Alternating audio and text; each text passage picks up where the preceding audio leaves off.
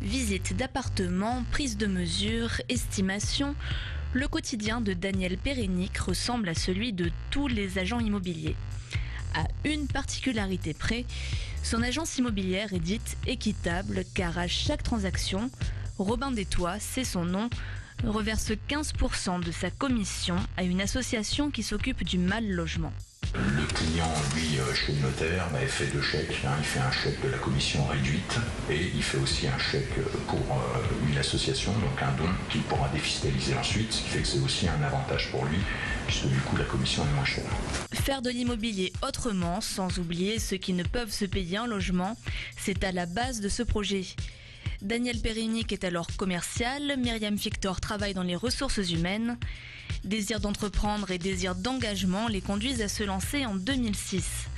Parallèlement à la recherche de logements et de clients, il sélectionne immédiatement des associations. La thématique du logement, ça englobe des associations qui aident les sans domicile fixe, avec de l'aide d'urgence, des couvertures, ce genre de choses.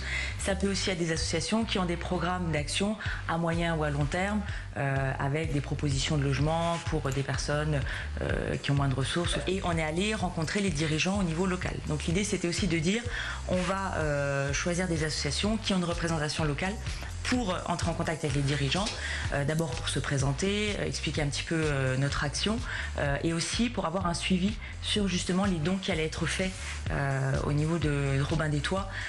Donc l'idée, c'est de pouvoir se rencontrer assez régulièrement et d'échanger là-dessus pour savoir comment ça les a aidés, les dons qu'ils ont reçus, qu'est-ce qu'ils ont pu faire avec ça, voilà, et d'avoir ce retour, parce que c'est important aussi pour les clients qui font les dons, de savoir où va l'argent. Cet argent, il va notamment à Habitat et Humanisme, à l'Armée du Salut et au Secours populaire.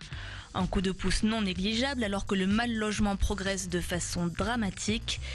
10 millions de Français seraient concernés selon le dernier rapport de la Fondation Abbé Pierre. Dans nos permanences d'accueil, les problèmes liés au logement représentent en ce moment plus de 50% des demandes, alors d'aide financière et d'aide tout azimut.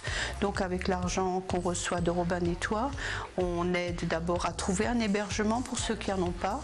Donc c'est le paiement de nuitées d'hôtel, d'auberges de jeunesse, y compris de loyer quelquefois.